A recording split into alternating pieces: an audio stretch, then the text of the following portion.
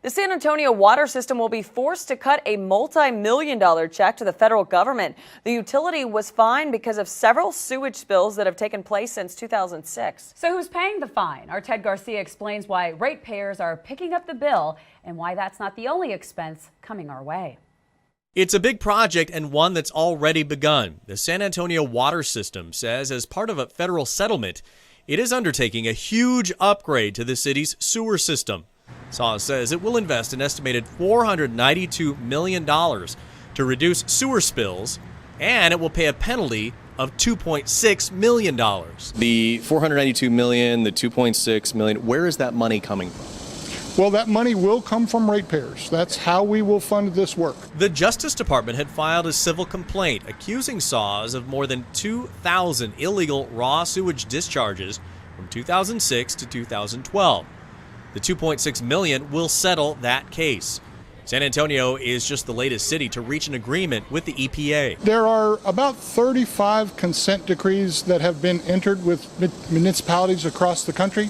And a fine is typical. It's part of the consent decree process. But at the same time, when ratepayers are footing the bill for this multi-million-dollar project, the SAWS Board of Trustees voted on Monday to award CEO Robert Puente a $72,000 bonus.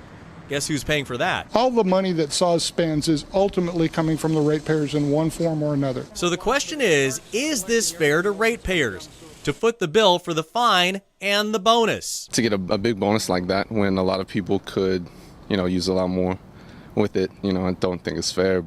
Ted Garcia, Fox News First. Well, SAW says to keep in mind, even with rate increases, San Antonio still has some of the lowest rates in the state, and that the costs of the settlement are already built into the rate increase projections.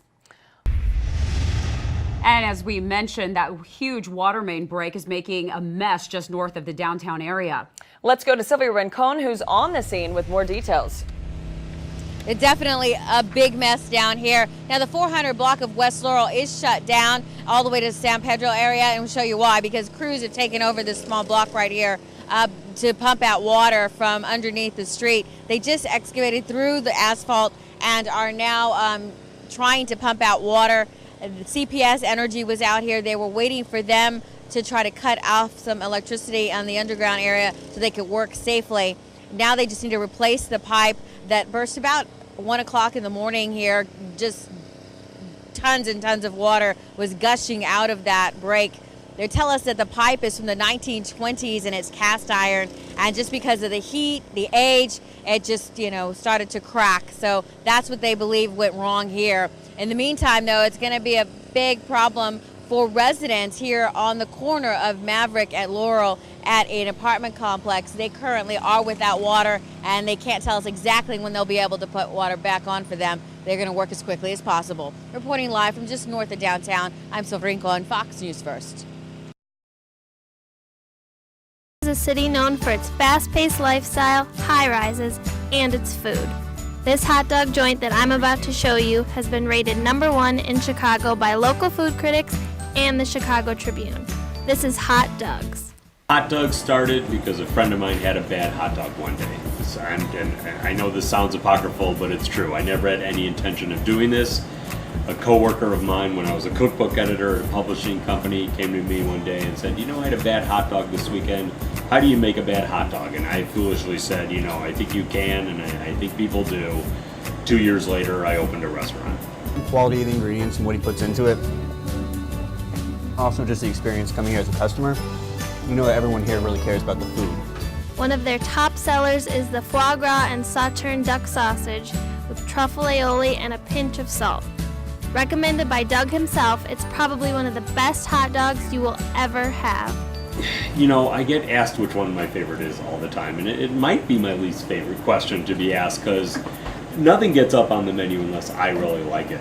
But if I had to pick one, it's still the Chicago-style hot dog. It's why we started, and it's probably still my favorite sandwich on the menu. Providing good quality product.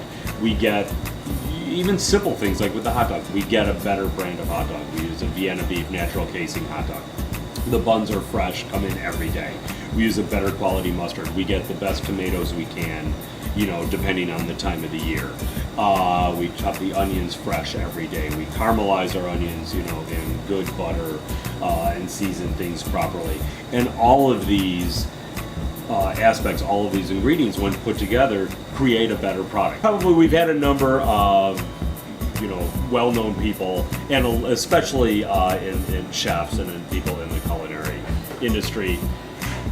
Sure, number one, and if you're me in this business, it's Anthony Bourdain. Both times he was here. The first time I didn't know. The second time when they filmed the episode for No Reservations, I got advanced notice about that. But the first time he was here, I looked up, he was in line, hands started shaking, heart pounding. If you're me, he's the guy. Cafe Mediterrina is a small place in downtown Valparaiso where locals and college students alike can get a taste of Mediterranean dishes. The restaurant opened about 3 years ago, and since the doors opened, it's been a success in the area. The menu is affordable with daily specials that feature dishes from many countries around the Mediterranean region. They have a great selection of beer and wine featuring local brews and Mediterranean favorites. One popular dish is vegetable tagine, a traditionally Moroccan dish that combines spices like cardamom, cumin, and turmeric to be stewed down with peppers and cauliflower and served over rice or couscous.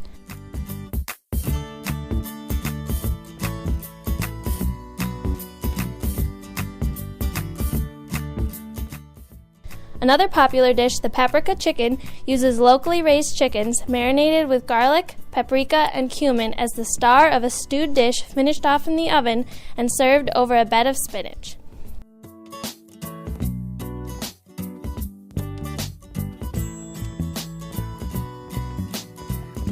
I've been coming to this restaurant for about a year now, and it's one of my favorite places in Valpo. How did you hear about it? Actually, my wife started working here about a year and a half ago, and so I would just come in, when she's working, or we'd come in before. We live really close to downtown, so just walk to the restaurant, and that's how we found out about it.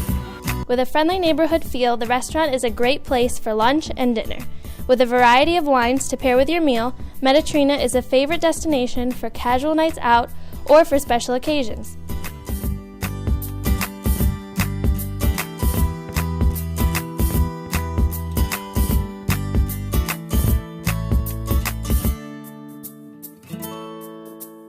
I've been coming to Mediterrina's for about 3 or 4 months now. 3 or 4 months. Mm-hmm. What got you here? Where did you see?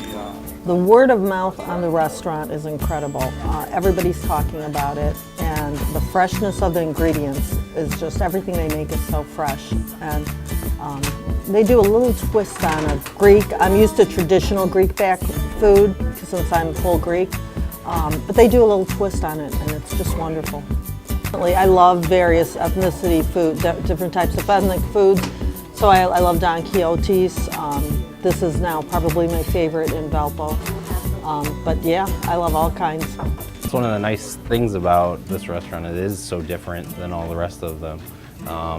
So yeah, I'd welcome a lot of different types of, different variety of restaurants to come into Valpo. I know that one of the problems is that Valpo has a lot of chain restaurants, and so this was refreshing to have a place like this open up.